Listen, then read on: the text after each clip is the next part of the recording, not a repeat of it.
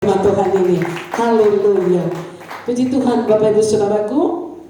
Di belakang saya ada spanduk selamat ulang tahun Giat Rasmi. Haleluya. Tepat 5 Agustus kita sudah 3 tahun dipimpin Tuhan. Saudara kekasih, sampai hari ini kita ada semua karena kasih karunia Tuhan. Adakah saudara bersuka cita? Puji Tuhan. Dan tanggal 5 Agustus juga ulang tahun Bapak Harepa. Haleluya. Kita katakan dulu selamat ulang tahun Giat Rasmi. Katakan juga selamat ulang tahun Pak Harepa. Haleluya. Kita tidak rayakan besar-besaran karena memang kita ada PPKM ya, dibatasi pertemuan kita juga. Jadi hari ini kita bersyukur dengan sederhana kita merayakannya dan tidak akan mengurangi sukacita kita. Dan saudaraku, firman Tuhan kepada kita, tetap percaya dan mengandalkan kesetiaan Tuhan. Karena Tuhan setialah kita ada sebagaimana kita ada hari ini. Saudaraku, salah satu karakter Tuhan adalah setia. Kesetiaan Tuhan tidak perlu diragukan. Kalaupun mungkin sekarang ini lagi ada persoalan, lagi ada masalah, jangan ragukan kesetiaan Tuhan. Alkitab Perjanjian Lama menuliskan kesetiaan itu dengan kata emunah, bukan maimunah ya. Emunah artinya kokoh. Janji Tuhan itu kokoh, tidak tergoyahkan, tidak berubah. Itu kesetiaan Tuhan.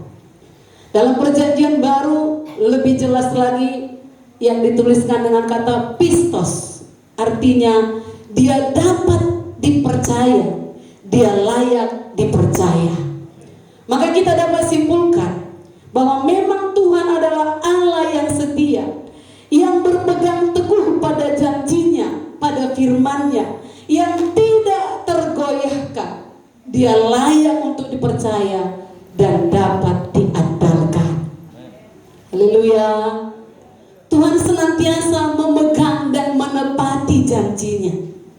Setiap firman yang diucapkannya pasti digenapi. Itu sebabnya rajin-rajinlah mengatakan, memperkatakan, mengucapkan firman. Karena itu kita tidak perlu ragu atau khawatir akan penggenapan janji Tuhan dalam hidup kita. Kita dapat dengan aman bersandar kepadanya, mempercayai kesetiaannya yang tidak pernah berakhir bagi saya dan saudara yang percaya. Bagaimanakah Tuhan membuktikan kesetiaannya pada kita? Ada orang kan berkata, betulnya Tuhan itu setia, kenapa aku menderita? Kenapa doaku belum dijawab? Kenapa selalu ada masalah ini? Kenapa masih sakit? Saudaraku, kita harus kembali kepada firman. Tuhan membuktikan kesetiaannya pada kita umatnya. Kalau kita ingat pada bangsa Israel, saudaraku, mereka dikeluarkan Tuhan dari tanah perbudakan, dari Mesir. Saudara, Tuhan menyertai mereka siang dan malam. Pada waktu siang dikatakan tiang awan menuntun mereka, karena mereka tidak tahu arahnya kemana. Pada waktu malam hari ada tiang api menuntun mereka. Kalau mereka lapar, bahkan tiap hari Tuhan sediakan roti dari sorga, yaitu manna. Saudaraku, itu bukti kesetiaan Tuhan. Sampai hari ini pun Tuhan tetap setia kepada kita umatnya. Mari kita lihat buktinya yang pertama. Tuhan setia menguatkan hati kita dan memelihara kita terhadap keadaan apapun, asal hatimu percaya. Kita baca 2 Tesalonika 3 ayat 3. 1, 2, 3. Tetapi Tuhan adalah setia. Ia akan menguatkan hatimu dan memelihara kamu terhadap yang jahat. Karena dunia ini jahat. Di dunia ini kita memang diperhadapkan kepada musuh jahat. Tapi Tuhan berjanji, Ia akan menguatkan kita. Ia akan memelihara kita. Ini adalah salah satu kebutuhan utama kita pada keadaan zaman yang makin tak menentu ini.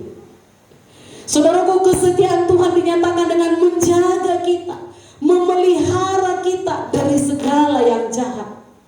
Dia tidak akan mencobai kita melebihi kekuatan kita. Salah besar kalau ada anak Tuhan berkata, ini mah sudah melebihi kekuatan. Itu salah besar, karena dia tidak akan mencobai lebih dari kekuatan kita. Sebaliknya, dia akan senantiasa menyertai kita, memberikan pertolongan, memberikan jalan keluar kepada kita saat kita mengalami pencobaan, dan tentunya itu atas seizin Tuhan. Haleluya. Haleluya. Seperti saya katakan tadi, kalaupun sedang ada masalah, bukan berarti Tuhan tidak setia. Tuhan menjaga kita terhadap si jahat. Amin. Amin. Sebab kita domba-dombanya.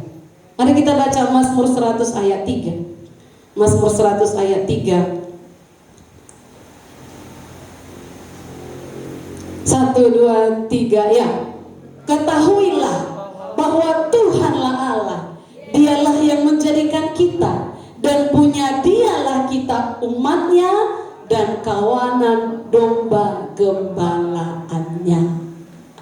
Siapakah saudara? Domba gembalaannya.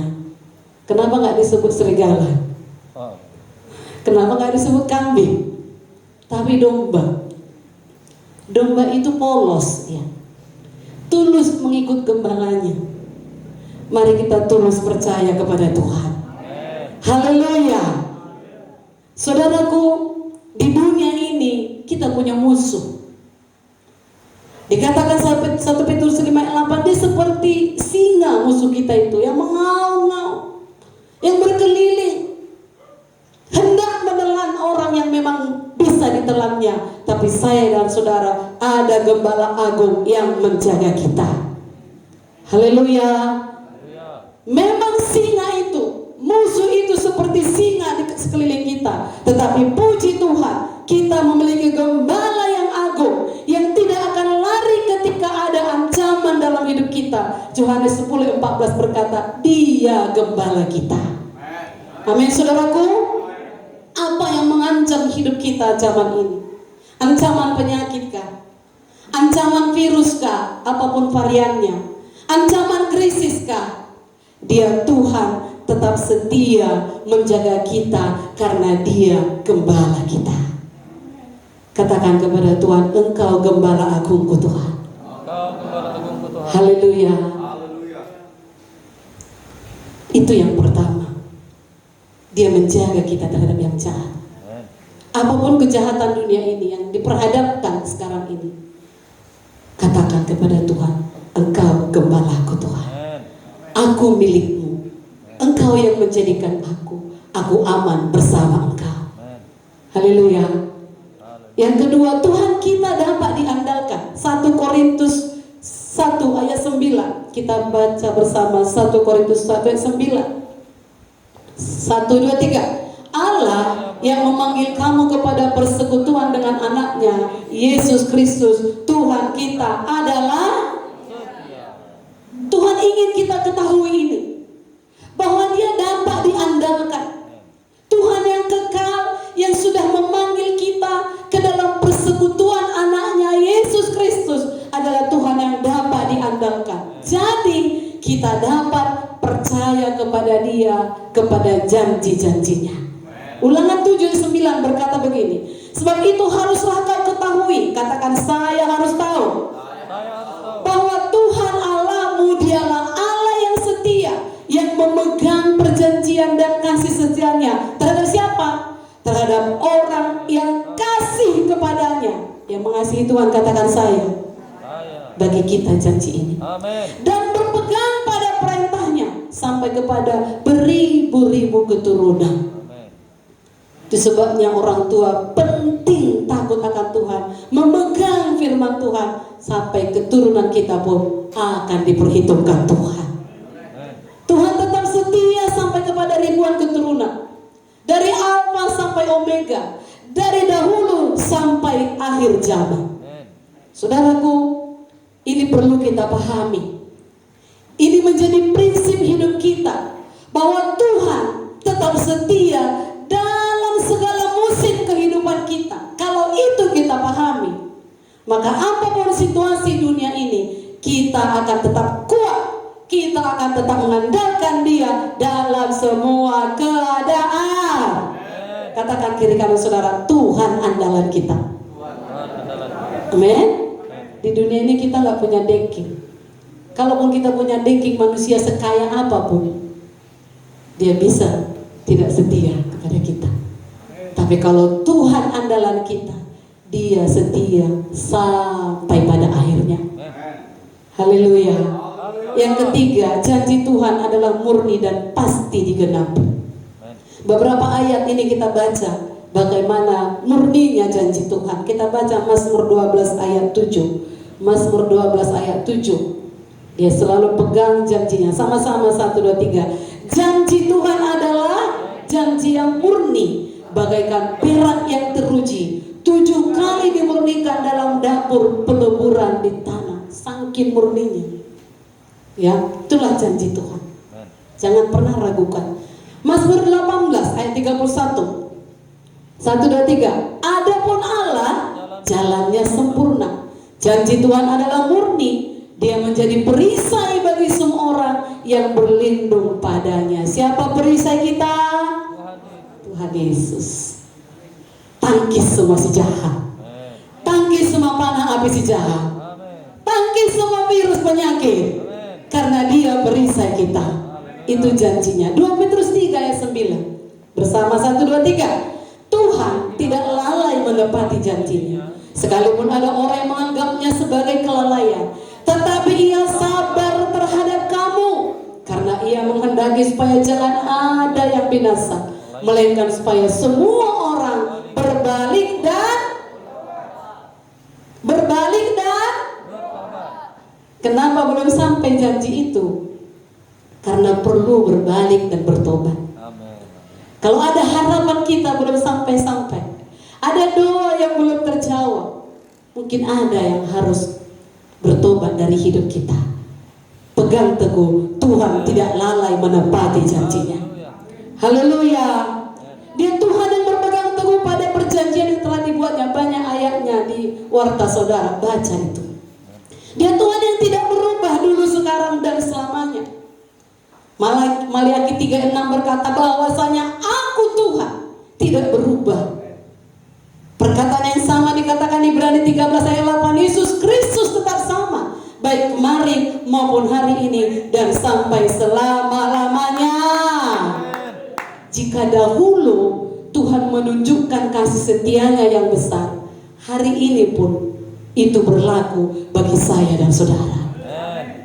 Kalau ada tiang awan dan tiang api melindungi umat pilihannya, sekarang ini pun janji itu bagi saya dan saudara.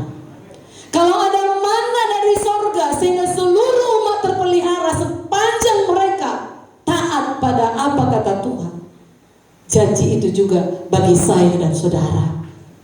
Ingatlah selalu dan percayalah sepenuhnya bahwa Tuhan ada bersama kita, lengkap dengan kasih setianya yang besar selama-lamanya. Kalau Alkitab menuliskannya, Alkitab kita memberikan bukti, maka itu adalah kebenaran. Saudaraku, artinya memang Tuhan adalah Allah yang setia, yang akan terus menyertai kita dan dalam menghadapi segala macam tantangan kehidupan. Sebagai contoh, betapa Tuhan itu sangat sayang sampai kepada beribu-ribu keturunan. Kisah hidup Yakub. Tahu Yakub ya? Apa artinya Yakub itu? Penipu katanya ya. Dia adalah keturunan Abraham, anak Ishak, kemudian saudaraku cucu Abraham. Kebaikan Allah kepada Yakub di sini jangan kita salah memahaminya. Dilihat dari sudut pandang janji Tuhan kepada Abraham, itu yang perlu kita lihat. Jika enggak demikian, maka kita akan bingung, kita akan heran akan kebaikan Tuhan bagi Yakub. Sebab kita tahu Yakub itu seperti saya katakan tadi, dia adalah pribadi yang banyak kesalahan. Dia menipu kakaknya Esau untuk mendapat hak kesulungan. Dia juga menipu mertuanya yang bernama Laban. Bukan Pak Silaban ya. Namanya Laban di Alkitab. Namun ternyata Tuhan tetap melindungi dia. Tuhan tetap memberkati Yakub, bahkan membela Yakub. Dari mana kita tahu dia dibela oleh Tuhan? Dikatakan Kejadian 31:29 begini.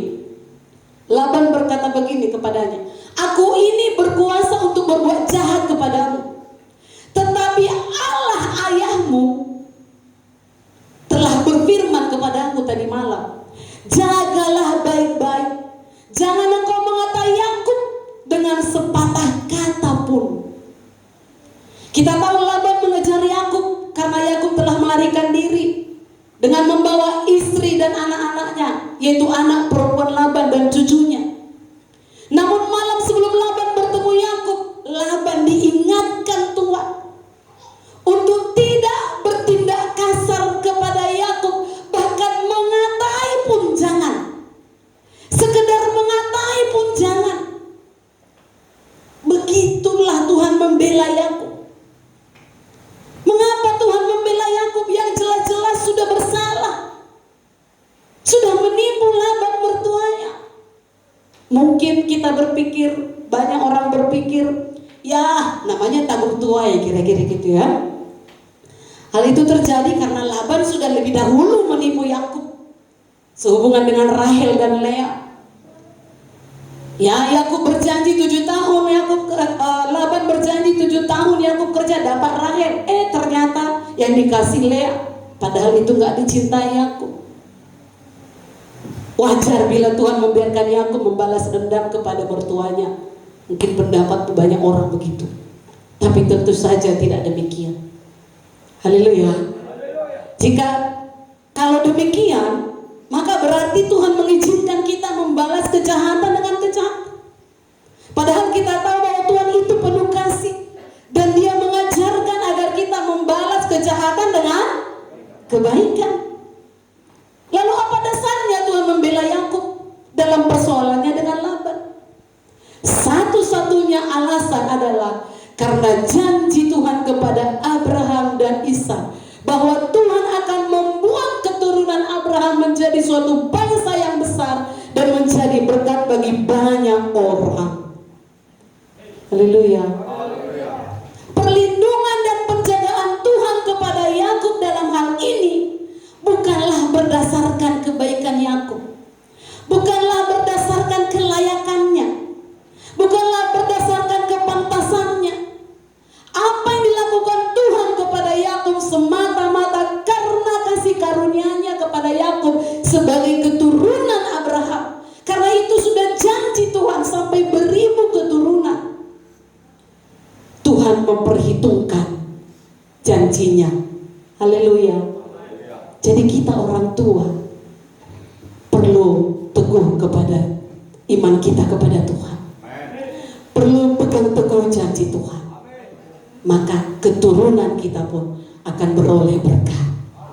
Jadi bukan hanya untuk kita setia kepada Tuhan, bukan hanya untuk diri kita sungguh-sungguh kepada Tuhan, sampai keturunan kita juga mendapat berkat. Amin. Lalu pertanyaannya, apakah itu berarti Yakub bisa seenaknya hidup karena dibela Tuhan? Tidak, tentu saja tidak. Sebab kita melihat kehidupan Yakub, dia juga menghadapi bentukan. Saudaraku, Tuhan juga membentuk kehidupan Yakub supaya benar-benar menjadi pribadi yang sesuai kehendaknya, yang kemudian bisa dikatakan pantas untuk menerima janji Tuhan. Yakub mengalami bentukan. Apa bentukannya? Dia harus berjuang untuk ketemu dengan abangnya Esau. Dia takut menghadapinya, dia takut bertemu Esau. Sampai dia berdoa sungguh-sungguh, barulah bisa ketemu dan Esau mengampuninya. Amin. Jadi ada bentukan juga. Yakub juga ditipu oleh anak-anaknya sehubungan dengan Yusuf anaknya. Anak-anaknya berkata, "Oh, anakmu yang kau kasihi itu sudah dimakan binatang buas." Dia dibentuk dalam hal itu supaya dia sabar, supaya dia percaya saudaraku, dan berbagai bentukan lainnya yang membuat aku menjadi orang yang berkenan kepada Tuhan. Demikian juga dengan kehidupan kita. Haleluya. Kita yang sebenarnya tidak pantas dan tidak layak hidup saat ini, tidak pantas dan tidak layak menerima semua berkat, perlindungan dan kasih karunia Tuhan. Jangan kita pikir itu karena sungguh hebatnya kita, enggak. Tapi itu semua bentuk kesetiaan Tuhan kepada kita. Kenapa? Tuhan sudah berjanji bahwa setiap orang yang percaya kepada Yesus akan menerima kuasa sebagai anak-anak Allah, anak-anak Bapa di sorga. Yohanes 1 ayat 12. Janji inilah yang membuat Tuhan membela dan melindungi kita sampai hari ini. Haleluya. Dan jangan katakan, jadi kenapa banyak hamba Tuhan juga yang mati kena COVID? Kenapa banyak juga orang Kristen yang mati kena COVID? Itu bukan urusanmu. Katakan kiri kananmu, itu bukan urusanmu. Haleluya. Urusanmu pegang teguh janji Tuhan. Haleluya. Lalu apakah karena kita dibela Tuhan, karena kita anaknya, kita bisa seenaknya hidup? Tentu tidak. Sebab Tuhan akan tetap membentuk hidup kita agar menjadi pribadi yang berkenan kepadanya. Itu sebabnya, kalaupun Bapak Ibu Saudara menghadapi bentukan, mari tetap hadapi dengan kekuatan Tuhan. Tetap taat kepada Tuhan dan setia kepadanya. Sebab Tuhan lebih dahulu setia kepada kita. Haleluya. Poin terakhir, nikmati kesetiaan Tuhan senantiasa. Mari katakan kiri kanan saudara, mari nikmati kesetiaan Tuhan. Haleluya. Bagaimana kita merasakan dan menikmati kasih setia Tuhan? Kasih setia Tuhan itu senantiasa. Senantiasa itu selalu, ya. Bukan karena lagi bulan muda atau lagi dompet tebal baru menikmati, enggak. Tapi senantiasa. Di setiap musim. Haleluya. Yang pertama, fokus kepada Yesus. Apa saudaraku? Pribadi Yesus harus menjadi fokus kehidupan kita. Rasul Paulus berpesan agar kita senantiasa mengingat Yesus. 2 Timotius 2:8 berkata begini, ingatlah ini, Yesus Kristus yang telah bangkit dari antara orang mati. Jangan fokus pada masalah. Jangan besar-besarkan masalah. Jangan fokus pada sakit penyakit. Jangan fokus pada kesalahan orang lain. Siapa yang kita ingat? Yesus. Fokus pada kebesarannya. Yesusku lebih besar dari masalahku. Yesusku lebih besar dari virus varian apapun itu. Fokus pada itu. Fokus pada kuasanya yang sudah diberikan kepada kita. Aku memberikan kuasa kepadamu untuk menginjak ular dan kalajengking. Tidak ada yang akan membahayakan kamu. Fokus pada janji itu. Amin. Fokus pada pengorbanannya.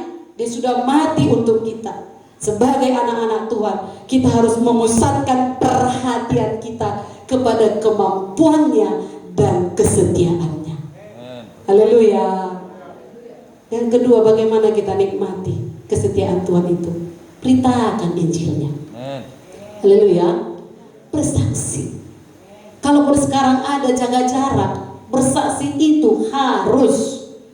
Haleluya. Saksikan Tuhan Yesus baik.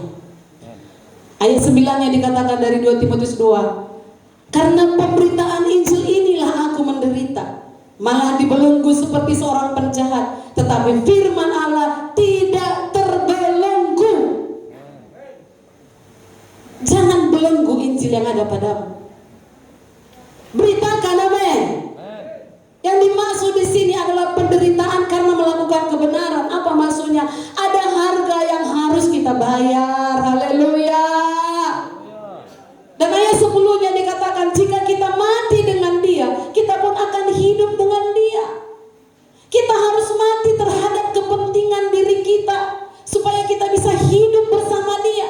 Dan hidup dengan Dia itulah maksudnya kita nikmati kesetiaannya. Amin saudaraku. Haleluya. Kita mati terhadap dosa.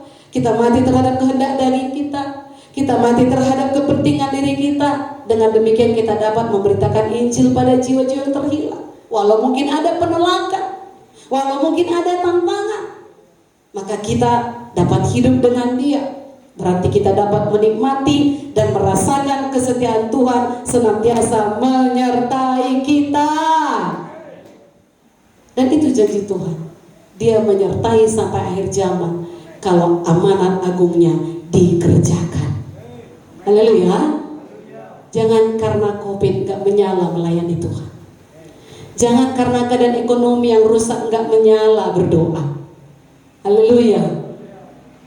Bagaimana kita bisa melaksanakan amanat agung Tuhan? Harus tetap berdoa, minta kekuatan, minta perlindungan, minta keberanian. Amin.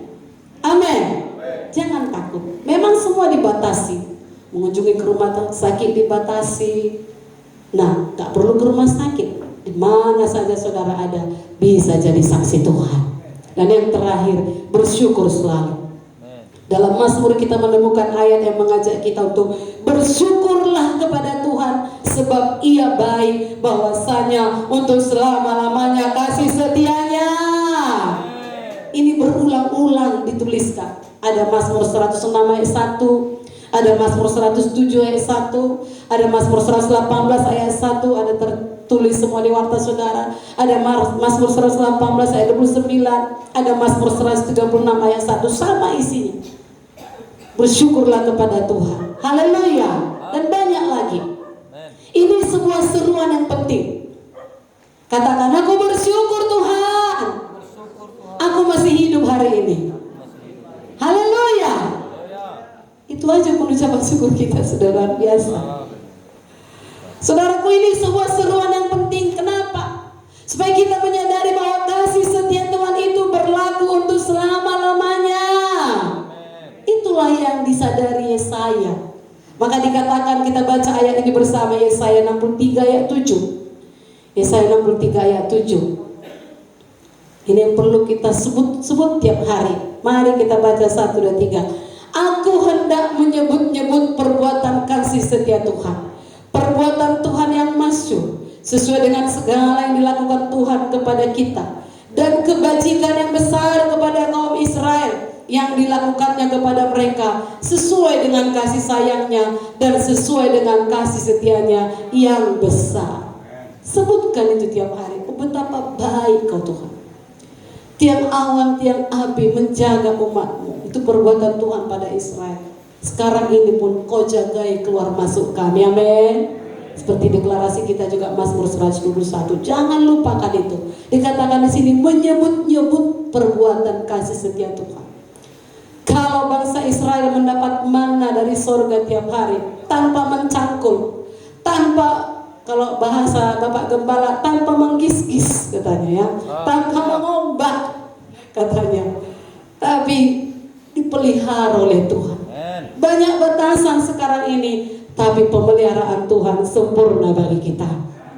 Kasih setia Tuhan bukan hanya selama-lamanya, tapi disebut Yesaya tadi besar.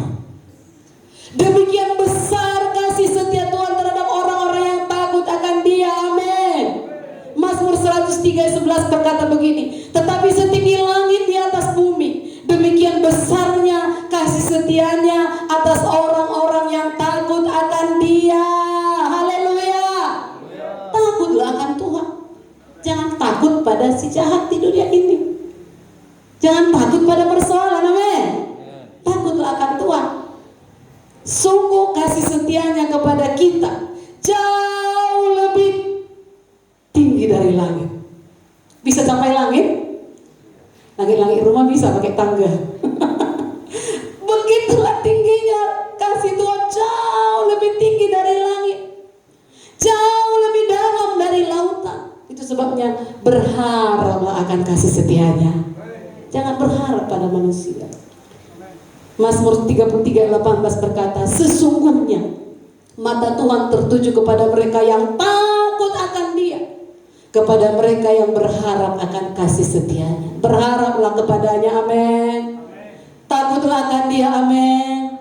Kalau takut akan Tuhan, sedikit pun kita berdosa, Langsung kita, Tuhan ampuni aku, udah salah ngomong aku tadi, kasar aku tadi, sakit hatiku. Langsung kita bertobat, amin. Haleluya. Itu takut Tuhan. Bersyukurlah karena Dia memelihara kita, amin. Amin. Mazmur 136, 25, 26 saya bacakan. Dia yang memberikan roti kepada segala makhluk, bahwasanya untuk selama-lamanya kasih setianya. Bersyukurlah kepada Allah semesta langit, bahwasanya untuk selama-lamanya kasih setianya. Ini mengingatkan kita, Dialah yang selalu memberikan roti. Maksudnya Dialah yang memelihara kita, Dia yang menjaga kita, Dia yang mengasihi kita. Kasih setianya tidak berakhir. Krisis ekonomi bisa saja melanda semua bangsa, karena memang itu sudah tertulis.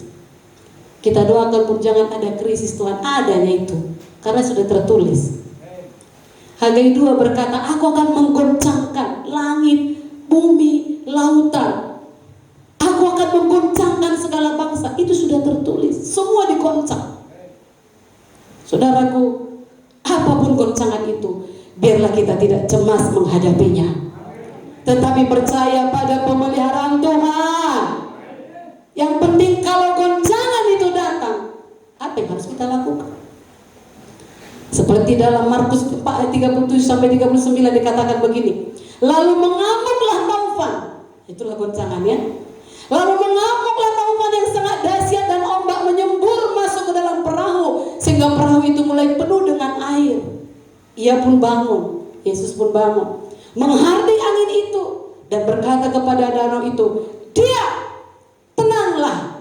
Lalu angin itu reda dan danau itu pun menjadi teduh sekali. Katakan pada setiap goncangan, diam, tenanglah. Haleluya. Katakan pada sakit penyakit, diam, tenanglah. Tidak boleh bergerak. Haleluya. Katakan pada setiap COVID apapun variannya, diam, tenanglah. Tidak boleh menyentuhku. Haleluya. Dan firman Tuhan mengatakan, lalu angin itu reda dan danau itu pun menjadi teduh sekali. Jadi yang harus kita lakukan adalah jangan takut, tetapi percaya. Harus percaya. Di ayat selanjutnya Yesus menegur murid-murid yang takut dan tidak percaya. Apa dikatakan? Mengapa kamu begitu takut? Mengapa kamu tidak percaya? Katakan, aku tidak takut Tuhan, tapi aku percaya kepadamu. Haleluya. Apalagi yang kita lakukan? Kita harus kenal dan bersekutu dengan Tuhan kita. Di ayat 41-nya, mereka menjadi sangat takut dan berkata seorang kepada yang lain, siapa gerangan orang ini sehingga angin dan danau pun taat kepadanya? Perhatikan, murid-murid sudah bersama-sama dengan Yesus tapi belum kenal Yesus. Bahkan mereka bertanya, siapa orang ini? Seharusnya waktu topan itu datang, waktu gelombang itu datang, waktu badai itu datang, mereka dengan tenang menghadapinya. Aman, ada Yesus. Haleluya. Haleluya. Mari kenal Tuhan kita. Dia ada bersama kita. Kalau goncangan dunia ini datang, katakan pada jiwamu, tenang, ada Yesus bersamaku. Haleluya. Haleluya. Bila kita sungguh-sungguh mengenal dan menyadari kesetiaan Tuhan, tentu kita akan dapat menjalani hidup kita dengan aman. Kita dapat bersandar dan mempercayakan hidup kita sepenuhnya kepadanya, karena kita tahu Dia tidak mungkin mencelakakan kita. Dia tidak mungkin berlaku curang pada kita. Mari kita balas kesetiaan Tuhan dengan senantiasa kita juga berlaku setia kepadanya. Setia percaya kepadanya, setia beriman kepadanya, setia kita taat kepadanya, setia kita berharap kepadanya walau banyak goncangan. Haleluya.